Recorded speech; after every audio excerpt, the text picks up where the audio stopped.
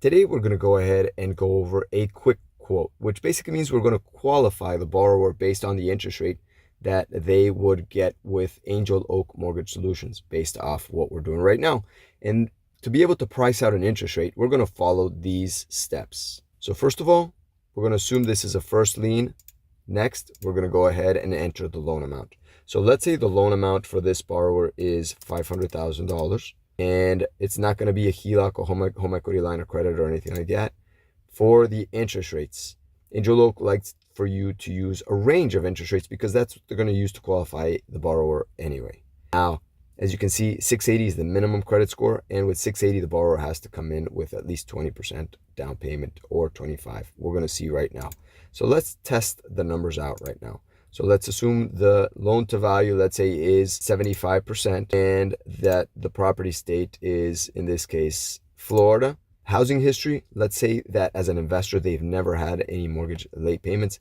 But if they ever did, you can go ahead and enter these different situations, which will kick them out of the program sometimes, and other times they'll still be able to qualify even having these late payments. Next, how many units does this property have? Is it a 1 unit, 2 unit, which would be a duplex, triplex, fourplex? Is it a warrantable, non-warrantable condo hotel? And we would need to enter that. Let's say this is a duplex, and we would go ahead and enter 2 unit.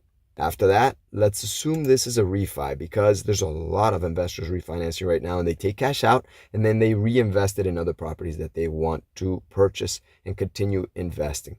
So let's say it's a cash out refi.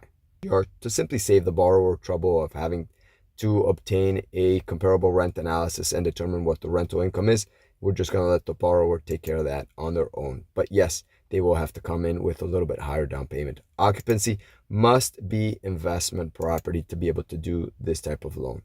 Borrower type, you can enter what type of borrower they are, if they're foreign national, permanent resident alien, U.S. citizen, but for this specific type of loan, only U.S. citizen and non-permanent resident alien would be the options that you would choose, or else the borrower would not qualify for this type of loan. Those are the only 3 options for an investor loan. Lock duration, you can lock the rate for 30 days, 45 days, or 60 days. You know that the rate that you quote the borrower simply will not change during that time frame.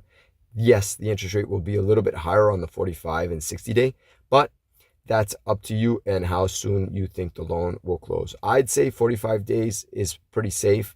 And if everything is going to be pretty quick and simple, like a refi or a refi cash out, I would say 30 days would be fine. But for a purchase, sometimes you have to deal with the sellers, you have to deal with appraisals.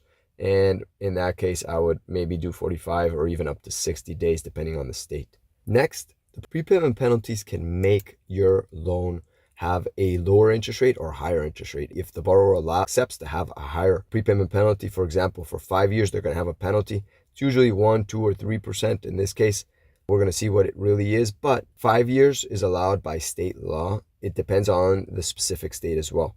So that way you can give the borrower different options.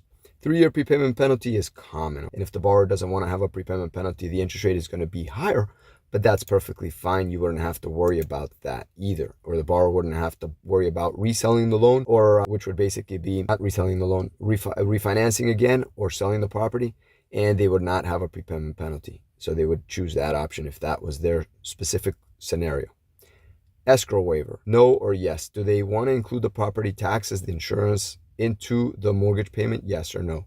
And then you would choose that option. Interest only.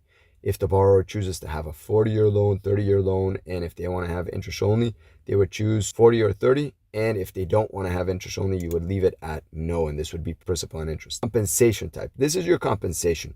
You can either have the borrower pay you, or you can have the lender pay you. The only difference is that if the lender is paying you, as you can see, you can get paid up to 2.75%. But if the lender is paying you, understand that the interest rate will be higher, and sometimes the borrower won't qualify for the loan.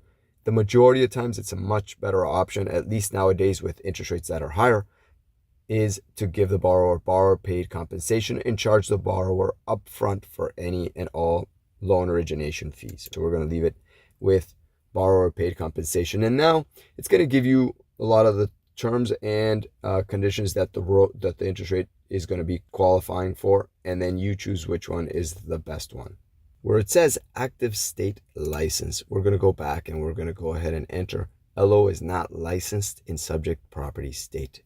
If you're licensed, then please let me know. But if not, you won't be licensed, and we would click on this option and we would move on with the loan that way. Once you complete that, all of a sudden we have an interest rate, which would be an 8.375%. And it does allow a maximum LTV, which would be 75%. Well, for this type of loan, we see that because it's a cash out loan, we're going to be maxed out in terms of the LTV at 65%.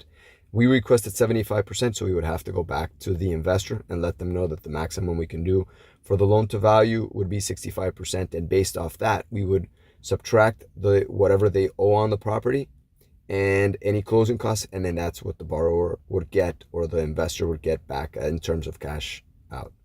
If we lower the loan to value or LTV to 65%, the rate would be 8.375%.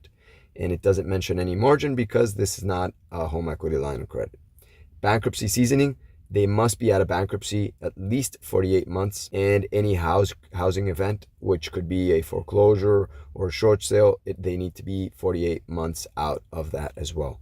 In terms of reserves, they need to have 6 months reserves, and the lock duration is 30. If we click over on the right where it says view rates, we're going to get fluctuation of rates where the borrower is able to buy down the interest rate. And you can see right now we are at par because the borrower doesn't have to pay, and they don't receive any money back at closing because it's 0.00. And this is with an 8.375%.